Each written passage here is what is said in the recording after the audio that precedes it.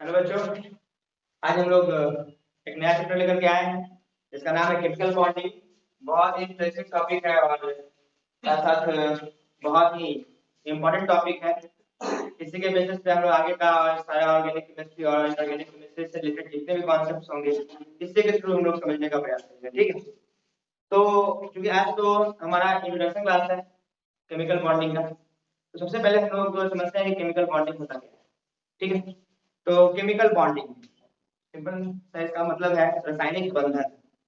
ठीक है, तो मैटर बस इसका मीनिंग मेन मीनिंग ये है कि किस तरीके से कोई भी एटम एक दूसरे से कंबाइन करता है, क्यों कंबाइन करता है, कंबाइन करने की आवश्यकता पड़ती क्यों है किसी दो एटम को। ठीक है, तो जरूरी नहीं है कि दो ही एटम एक दूसरे से कंबाइन करेगा, दो या दो से अधिक एटम हो सकता है ना। To or more than to atom आपस में कंबाइन कर सकते हैं। कंबाइन करने के तरीका क्या होगा उन लोगों का, और साथ साथ क्यों कंबाइन करेगा, इन सारी बातों का आंसर आज हम लोग ढूंढेंगे। और इस सारे बातों को हम लोग इलाबोरेट में केमिकल बॉन्डिंग के सारे लेक्चर्स में भी देखेंगे।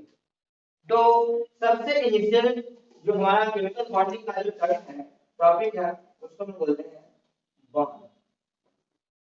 ठीक है बच्चों, बॉन्ड। बॉन्ड क्या है? बॉन्ड का सिंपल हिंदी मीनिंग है बंधन, या उसी को हम लोग आबंध भी कहते हैं। तो बंधन का सेंस कहीं ना कहीं दो लोगों के बीच अटैचमेंट से होता है।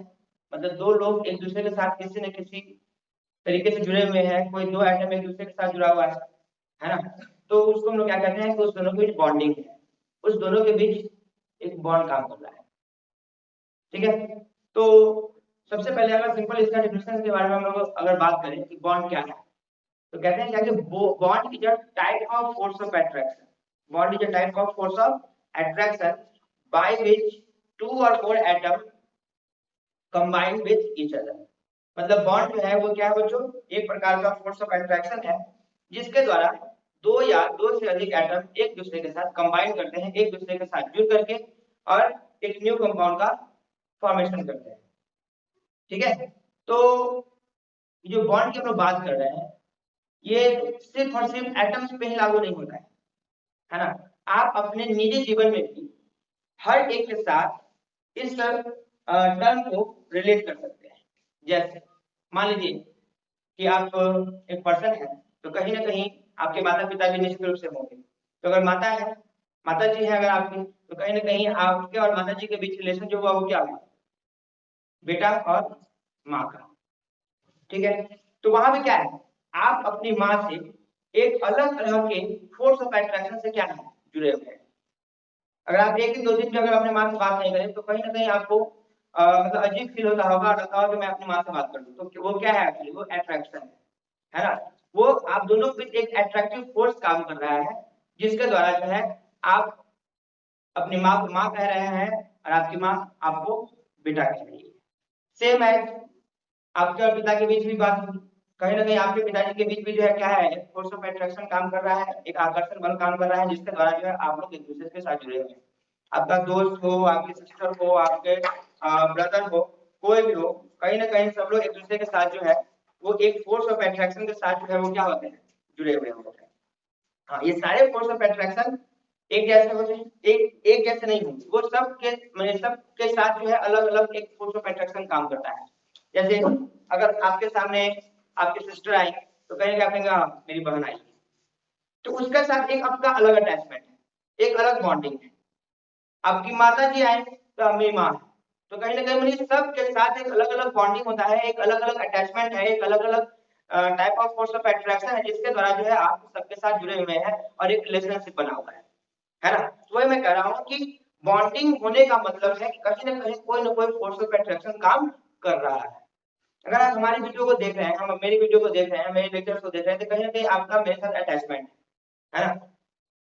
तो उस अटैचमेंट के कारण वो जो फोर्स ऑफ अट्रैक्शन जो आपको मेरी तरफ खींच रहा है, उस जिस कारण से जो है आप वीडियो को क्या कर रहे हैं, देख रहे हैं। तो हर एक चीज चाहे हमारे निजी जीवन से रिलेटेड कुछ भी हो, कहीं ना कुछ फोर्स ऑफ अट्रैक्शन काम कर रहा होता है जिसके कारण हम लोग एक दूसरे से क्या होते हैं, जुड़े हुए होते हैं, है ना। चाहे वो किसी रिलेशनशिप में हो या कुछ भी हो। तो हर किसी भी हाल में दो वस्तुओं के बीच, है ना, दो एटम्स के बीच, दो वस्तु या कुछ भी दो चीजें होंगी तो उनके बीच कोई ना कोई फोर्स ऑफ अट्रैक्शन काम करेगा बच्चों, और उसी फोर्स ऑफ अट्रैक्शन के काम करने के कारण से जो है सारे थिंग्स, वस्तुएं, एटम्स, हम आप सारे लोग एक दूसरे के साथ क्या होते हैं, जुड़े हुए होते हैं। तो सिंपल इसका डेफिनेशन है बॉन्ड का कि bond is a type of force of attraction by which two or more atoms are combined with each other. ठीक है, तो सबसे पहले हम लोग बॉन्ड को डिफाइन कर लेते हैं।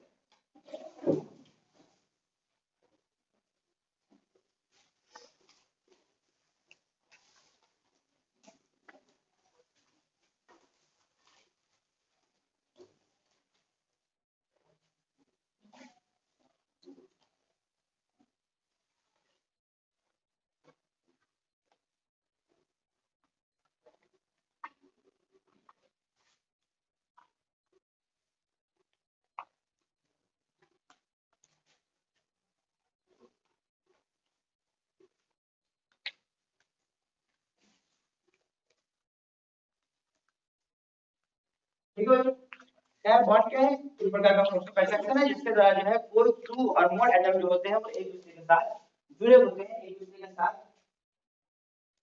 अटैच्ड होते हैं, मतलब एक दूसरे के साथ वो कंबाइंड स्टेट में रहते हैं, जिससे कारण एक नया कंपाउंड का फॉर्मेशन होता है। अब बड़ा सिंपल सा शब्द है बॉन्ड को, और दूसरे तरीके से हम समझते हैं कि बॉन्डिंग की आवश्यकता पड़ती क्यों है, क्यों हम लोग एक दूसरे के साथ किसी रिलेशनशिप में हम लोग मतलब किसी के दूसरे के साथ रिलेशनशिप में जुड़ते हैं, जैसे वो भाई भाई का रिलेशनशिप हो, भाई बहन का रिलेशनशिप हो, बेटा और बाप का रिलेशनशिप हो, बेटा और माँ का रिलेशनशिप हो, मतलब कोई भी रिलेशन जो एक दोस्ती का रिलेशनशिप होता है, हमारा आपका रिलेशनशिप है, एक्चुअली क्यों इसकी आवश्यकता पड़ती, क्यों रिलेशनशिप एक्चुअली बनता क्यों है। तो इसका सबसे बड़ा कारण है बच्चों रिक्वायरमेंट। ठीक है, रिक्वायरमेंट मतलब कहीं ना कहीं सारे लोगों को किसी ना किसी चीज की आवश्यकता होती है, और आवश्यकता होने के कारण से जो है हम लोग कहीं ना कहीं किसी के साथ जो है रिलेशनशिप में जाते हैं। जैसे मान लीजिए कि कोई दोस्त है आपका, है ना, और आप किसी मुसीबत में हैं, तो बहुत पहले आपकी जब दोस्ती हुई थी तो आप किसी मुसीबत में थे और वो आपका हेल्प किया तो वो आपका दोस्त हो गया, तो आपकी रिक्वायरमेंट थी उस समय कि हाँ ये जो मुझे प्रॉब्लम हो रहा है इसको कोई दूर कर दे। तो वो भी एक पर्सन आया, आपके प्रॉब्लम्स को समझा, आपके प्रॉब्लम को दूर किया, तो क्या कहें हम लोग, तो हमारा दोस्त है। दैट मीन्स आप दोनों एक रिलेशनशिप में आ गए, आप दोनों के बीच एक फोर्स ऑफ अट्रैक्शन काम किया, है ना, जिसके द्वारा जो है आप दोनों एक दूसरे के साथ क्या हो गए, जुड़ गए। कि मान कभी ऐसा हो कि आपको फिर से कोई रिक्वायरमेंट हो या आप ही के दोस्त को कोई रिक्वायरमेंट हो और उस रिक्वायरमेंट को आप फुलफिल ना कर पाए, मतलब उसका साथ आप ना दे पाए, तो उसी समय दोस्ती कब हो जाता है, ब्रेकअप, है ना। मतलब सिंपल मीनिंग है बच्चों, रिक्वायरमेंट है तो फोर्स ऑफ अट्रैक्शन है, फोर्स ऑफ अट्रैक्शन है तो बॉन्डिंग है। अगर रिक्वायरमेंट्स नहीं है तो there is no force of attraction occurs between me and you or me and any other person, है ना। और कोई भी दो थिंग्स के बीच कभी भी विदाउट रिक्वायरमेंट कोई फोर्स ऑफ अट्रैक्शन काम नहीं करता है और कोई रिलेशनशिप नहीं होता है ना। मैं कुछ बात बताऊंगा तो वो कड़वी है लेकिन सच्ची बात है। जैसे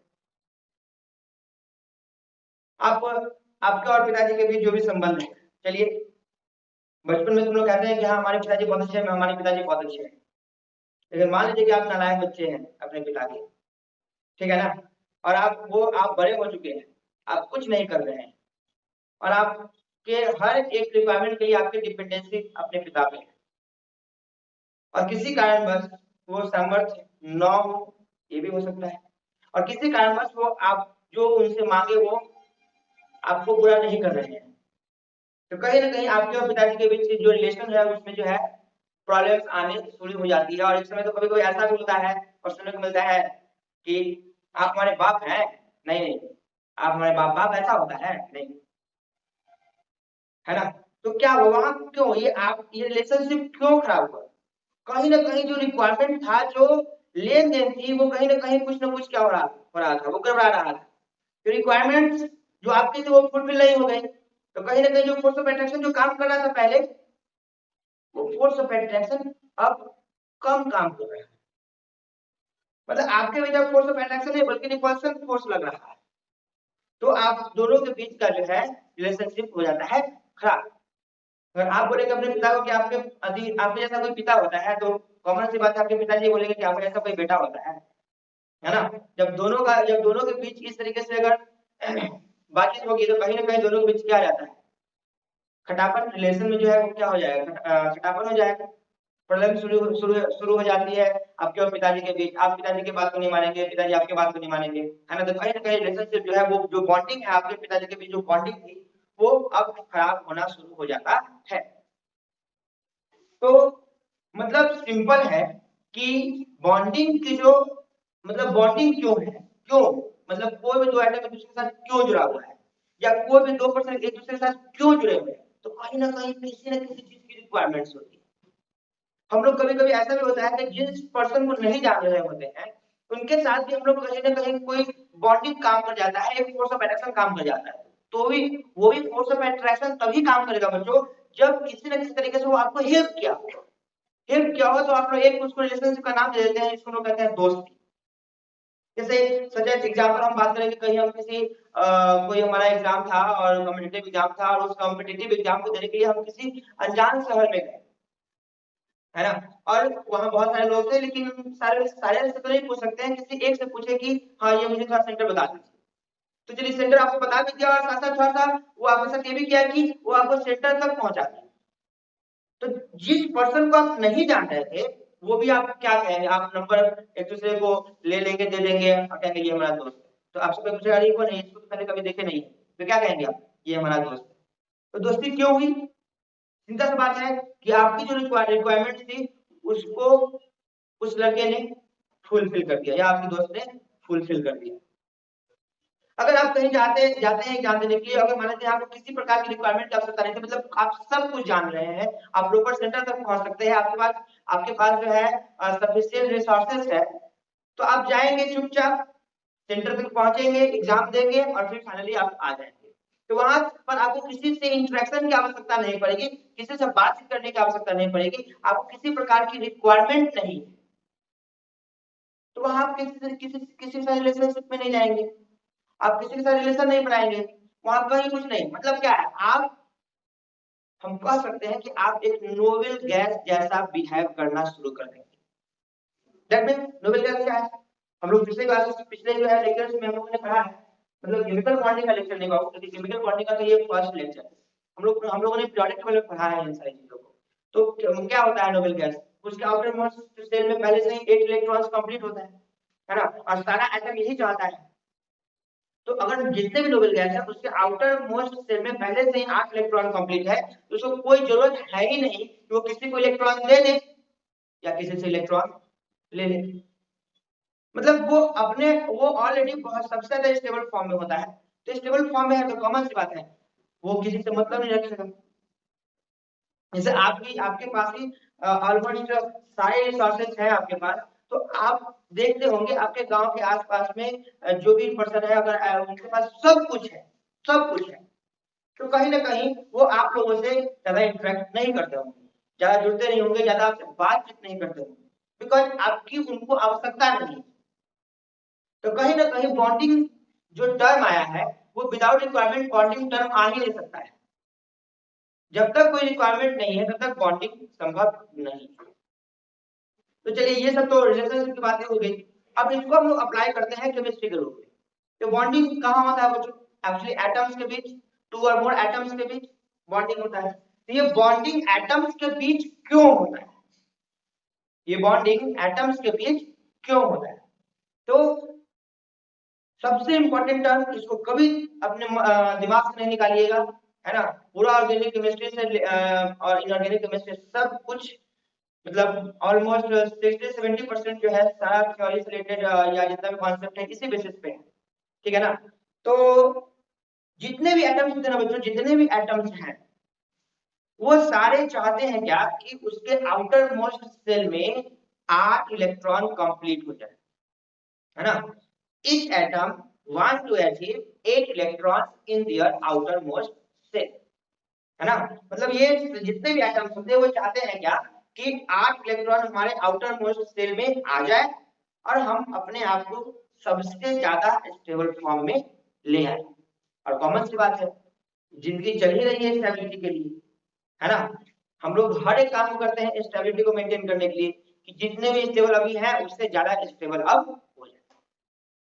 तो वही हर एक एटम किसी दूसरे एटम के साथ बॉन्डिंग में पार्टिसिपेट इसलिए करता है ताकि उसके आउटर मोस्ट सेल में 8 इलेक्ट्रॉन कंप्लीट हो जाए, ठीक है।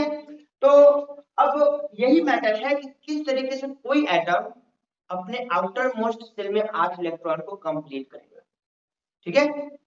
तो ये जो 8 इलेक्ट्रॉन कंप्लीट करने का जो बच्चों डर है ना, in the outermost shell of any atom, ये दो तरीके से हो सकता है। या हम लोग ऐसा कह सकते हैं कि this is depend on the nature of atom, this is depend on the nature of atom. तो एटम हम लोग एलिमेंट्स की बात कर रहे हैं ना, तो एलिमेंट्स के ही स्मॉलेस्ट पार्टिकल्स को हम लोग एटम्स कहते हैं, तो एलिमेंट को हम लोग एटम भी कह सकते हैं। तो मान लीजिए कि एटम कितने प्रकार के, यानी कि एलिमेंट्स कितने प्रकार के होते हैं बच्चों, मेन रूप से दो प्रकार के, एक मेटल और दूसरा नॉन मेटल। और उसका मेटेरियल्स भी है, मेटेरियल्स की बात बहुत विशेष हम लोगों को केमिकल बॉन्डिंग में नहीं करना है, फिर भी जहां जरूरत होगी वहां हम लोग इसकी पढ़ाई करेंगे। तो मेटल आप लोग प्रीवियस क्लासेस में पढ़े होंगे कि जैसे 10 क्लासेस हो गई, 9 क्लासेस हो गई, खूब सारा इस बारे में पढ़ना है हम लोग मेटल। अगर हम लोग मेटल के सबसे प्राइमरी केमिकल प्रॉपर्टी की बात करें कि मेटल का केमिकल प्रॉपर्टी क्या है, तो क्या कहेंगे, metals have tendency to lose electron, meaning क्या है कि मेटल हमेशा इलेक्ट्रॉन को लॉस करना चाहता है, और non metals always want to accept electron toward itself, मतलब कि नॉन मेटल्स जो होते हैं वो हमेशा इलेक्ट्रॉन्स को खींचते हैं, अपनी ओर खींचते हैं, है ना।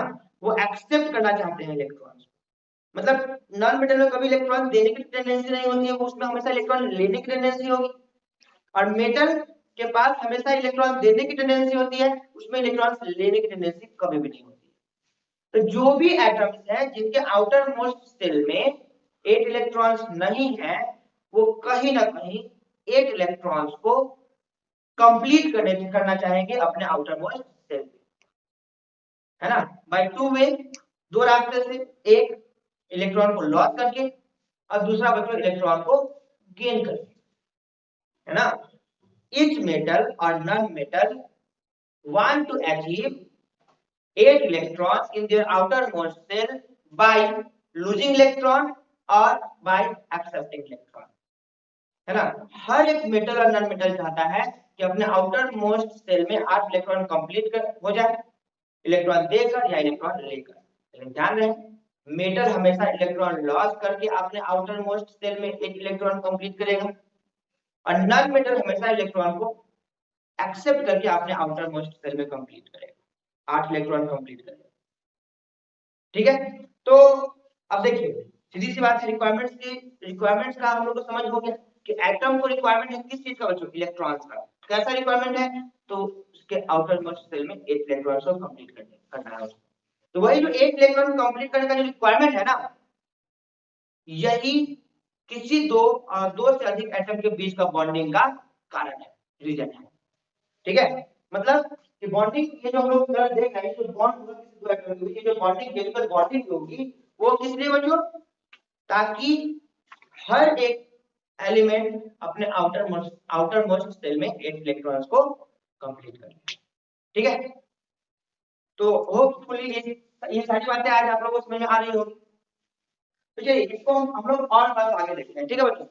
तो कहते हैं जो बॉन्ड देखते हैं, बॉन्ड मैंने बताया कि बॉन्ड का लिख सकते हैं, each atom want to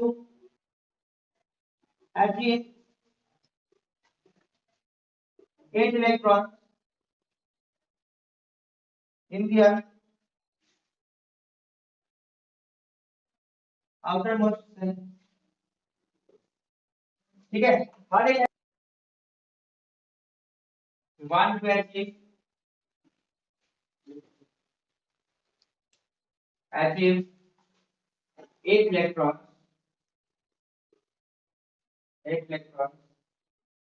by 2 way, दो रास्ते से बच्चों को 8 इलेक्ट्रॉन का अचीव करना चाहिए। पहला by losing electron, दूसरा by accepting electron। बच्चों एक चीज और, एक टर्म मैं बताना भूल गया, तीसरा by sharing electron। ठीक है, तो मैं यहाँ 3 वे कर देता हूँ, 3। ठीक है, एटम जो है अपने आप थोड़ा सा इसको और मॉडिफाई कर देता हूँ।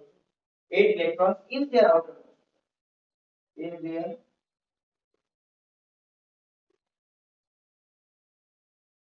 outermost cells,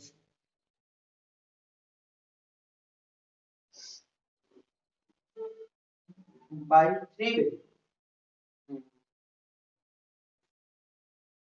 एक by losing electron, दूसरा by accepting electron और by sharing electron। मतलब कोई भी एटम इलेक्ट्रॉन लॉस करके अपने आउटर मोस्ट सेल में 1 इलेक्ट्रॉन कंप्लीट कर सकता है, इलेक्ट्रॉन एक्सेप्ट करके अपने आउटर मोस्ट सेल में 1 इलेक्ट्रॉन कंप्लीट कर सकता है, और इलेक्ट्रॉन को शेयर करके, ठीक है ना, इलेक्ट्रॉन को शेयर करके भी अपने आउटर मोस्ट सेल में 1 इलेक्ट्रॉन को कंप्लीट कर सकता है। तो जो ये तो समझ में आ गया आप लोगों की बॉन्ड क्या होता है, बॉन्डिंग क्यों होती है, और किस तरीके से जो है एटम्स के बीच बॉन्डिंग हो। अब हम लोग इन सारे टर्म्स को बॉन्डिंग के टाइप के बेसिस पे समझने का प्रयास करें। ठीक है, तो बच्चों बॉन्ड जो होता है ना, हम लोग बॉन्ड का टाइप की बात करें। बॉन्ड, तो बॉन्ड का मेनली 2 टाइप, एक हम लोग बात करते हैं कोवैलेंट बॉन्ड, और दूसरा बात करते हैं हम लोग आयनिक। ठीक है, और उसके साथ एक और बॉन्डिंग हम लोग करना है, इसको हम लोग कहते हैं मेन रूप से ये 2 प्रकार का होता है, और हम लोग एक और जो लिखने जा रहे हैं ना, वो कोवैलेंट बॉन्ड का एक टाइप कहते हैं। ठीक है ना, इसको हम बोलते हैं कोऑर्डिनेट बॉन्ड।